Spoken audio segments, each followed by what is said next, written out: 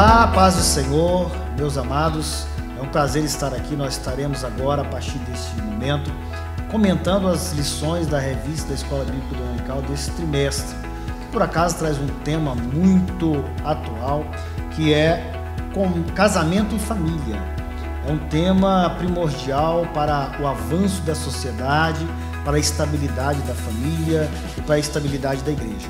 E nessa primeira lição nós vamos tratar de um assunto bastante importante, que é o cristão e a família no século XXI. É importante ressaltarmos isso, né? Os textos bíblicos básicos estão aqui do lado da tela, você pode confirmar. E o textuário dessa lição é muito importante para esse texto. Diz assim: porque derramarei água sobre o sedento, os rios sobre a terra seca, e derramarei o meu espírito sobre a tua posteridade e a minha bênção sobre os seus descendentes. Está em Isaías 44, versículo 3. É importante ressaltarmos a importância da família nesse século 21. Temos percebido que os valores têm mudado, temos percebido que as pessoas têm trabalhado para que a família não tenha nem a mesma formação que daquela criada por Deus. Há muito tempo nós observamos essa mudança que vem cada dia interferindo na vida das pessoas. Quando nós observamos a família dos séculos passados, não somente do século XX, que é quase que uma extensão deste século, mas o século XVIII, o século XIX, nós vamos perceber algo interessante ou diferente, onde as famílias possuíam uma outra maneira de agir. A formação familiar, ela sempre muito preservada, sempre muito trabalhada, existia inclusive famílias que cuidavam muito de levar o marido para que as filhas se casassem, para que a família não tivesse ninguém entrando, para que mudasse nem mesmo os costumes daquela família. Mas as coisas têm mudado, nós precisamos orar para que isso não venha atingir a família cristã.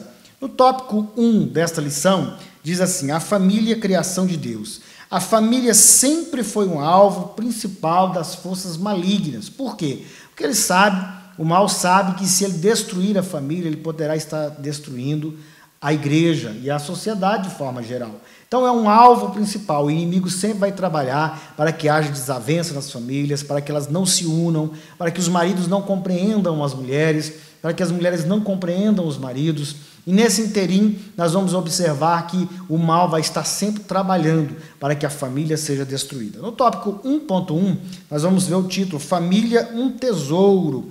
Aqui o escritor, o comentarista dessa lição, faz uma observação interessante. Segundo a Declaração Nacional dos Direitos Humanos, a família é um elemento natural, universal e fundamental da sociedade.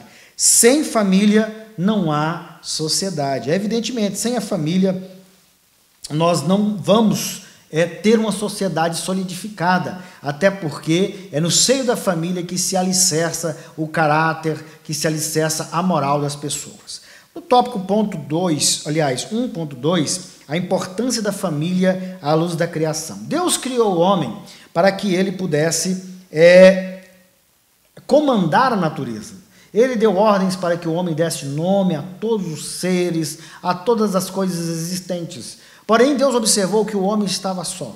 E ao observar que o homem estava só, Deus disse: farei para este homem uma adjuntora. E Deus cria a mulher para a formação de família. Ele criou o homem e a mulher para que esses reproduzissem e assim desse origem às famílias.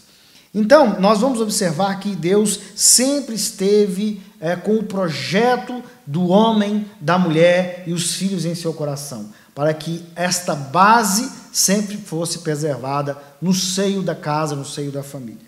No tópico 1.3, a família e a sociedade atual. É aí que estamos vivenciando uma situação bastante complexa, onde os ataques à família têm sido grandiosos, de alta monta, onde as pessoas já não têm nenhum mais tipo de pudor ao atacar a família, a querer mudar até mesmo valores, a ensinar os nossos filhos coisas que eles não precisam saber, fora das suas idades. Nós temos observado isso, que o ataque tem sido veementemente, ou seja, todos os dias, toda hora se ataca as famílias. A sociedade atual, ela não tem nenhum escrúpulo, trabalha em função de destruir isso. Mas nós, como igreja do Senhor, como povo de Deus, que também somos a sociedade atual, devemos trabalhar na contramão e na defesa desses valores, na contramão do que a sociedade vem fazendo e na defesa dos valores da família, para que elas sejam preservadas. O tópico 2 diz assim: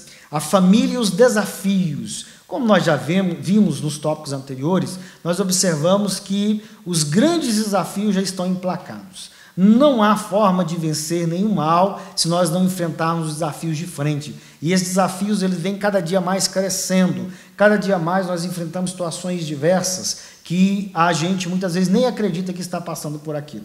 Então nós precisamos nos armar como? Com a palavra de Deus, ensinando os nossos filhos para que a sociedade permaneça com valores e no futuro essa sociedade continue preservando esses valores.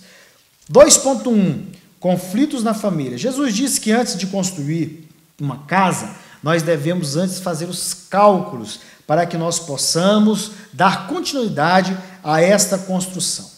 Muitas famílias são atacadas e sofrem muito porque, às vezes, quando vão se casar, um casal vai se casar, eles não fazem um planejamento adequado e, por isso, vivem em conflitos, vivem um choque cultural, vive um choque na família. Isso faz com que também desestabilize a família. É um grande desafio, é um desafio para que a família possa enfrentar. Agora, a família precisa ter a sensibilidade de que quando enfrentar um desafio, tanto o homem quanto a mulher, quanto a mulher, enfrentar esse desafio com tranquilidade, saber que planejar, saber que Deus está à frente, colocar Deus dentro dos negócios. E certamente esses desafios financeiros, emocionais e culturais serão vencidos com maior tranquilidade. No tópico 2.2, nós vamos ver a comunicação entre os pais e filhos. Os pais precisam verdadeiramente trabalhar, participar e viver a vida dos filhos. Você não tem filhos simplesmente para colocá-los no mundo. Você tem filhos para que você possa criá-los no conhecimento da palavra de Deus, para que sejam cidadãos, pessoas de boa formação familiar. A formação dos seus filhos depende de você. Não podemos fazer com que a formação dos nossos filhos sejam feitas pela escola, pela igreja ou por qualquer outra instituição. A educação dos filhos é nossa, é dos pais. Então é importante sabermos comunicar com eles, conversarmos com eles, instruirmos, para que eles possam, através da sua fala, da sua conversa, da sua forma de agir, conhecer cada dia mais e serem alicerçados na palavra de Deus. 2.3, relacionamento entre pais e filhos. Esse é o maior exemplo. Jesus deixou o maior exemplo. Então é este o maior exemplo. Ele sempre se relacionava com o Pai, esta figura do Pai que o enviou, de Deus que o enviou, ele sempre tratava com respeito para dar o exemplo para nós. Então os pais precisam se relacionar com os filhos, entendendo o seu sofrimento, entendendo a sua dor, entendendo as suas dificuldades, para que eles possam também, dentro deste relacionamento, construir fortalezas, para que quando saírem ao encontro das coisas lá do mundo, das dificuldades que vão enfrentar na vida, eles saibam vivenciar com maior tranquilidade. Nós vemos muitas famílias desestruturadas hoje porque os filhos não foram admoestados da forma correta. Muitas famílias hoje que muitas vezes passam por dificuldades que não deveriam passar em função de ter tido uma família desestruturada. A família desestruturada forma pessoas desestruturadas e aí levam para as famílias seguintes e aí sucessivamente. Tem pessoas que nunca vencem na vida porque não teve um pai e uma mãe que se relacionasse corretamente com eles. Então é isso, nós precisamos nos relacionar com os nossos filhos. O tópico 3, a família e a igreja. Importante ressaltarmos. A família e a igreja têm uma relação profunda e ela é fundamental para a existência das duas. Sem família não há igreja, não há formação de igreja. Eu estou falando da igreja comunidade, eu estou falando da igreja comunidade, não da igreja individual que é você. Mas mesmo assim, A família é a base da igreja, é nela que sustentam-se todos os seus membros, é nelas que estão firmados todos os seus membros. Então é importante nós ressaltarmos isso. A família é uma sequência, aliás, a igreja é uma sequência daquilo que se aprende lá no seio da família. A igreja vai ajudar no conhecimento de Deus, a igreja vai ajudar no conhecimento da palavra de Deus, mas é lá no seio da família que isso acontece. Mas a igreja, na sua formação, a base dela é uma família. Então precisamos valorizar isso. No tópico 3.1 diz assim, a EBD, ou seja, a escola bíblica dominical e a família. Eu cresci num ambiente de escola bíblica dominical. Desde muito cedo, os meus pais, desde pequenininho, os meus pais me levavam para a escola dominical. Eu sempre fui muito apaixonado à escola dominical, porque esta sim é uma aula, é uma formação teológica desde pequenininho. Você, quando cresce, faz um curso teológico, vai aprender muitas coisas. Mas quando você frequenta a escola bíblica dominical e vai para a escola aprender desde criança teologia pura, o ensinamento da palavra de Deus, certamente você vai ser uma pessoa muito melhor. Então, frequente a escola dominical. Vocês que são professores, incentive as famílias a estar na escola dominical e certamente serão mais bem-sucedidos no ministério que é de ensinar. O 3.2, a relevância do culto doméstico. Sabe, eu cresci também neste ambiente. A minha mãe, ela sempre fazia culto doméstico conosco na nossa casa, e isso era de extrema valia. A gente esperava aquele momento, pois o culto doméstico é o momento em que você constrói um altar de adoração na sua casa, um altar de conhecimento de Deus, um altar de falar com Deus. É o momento da oração.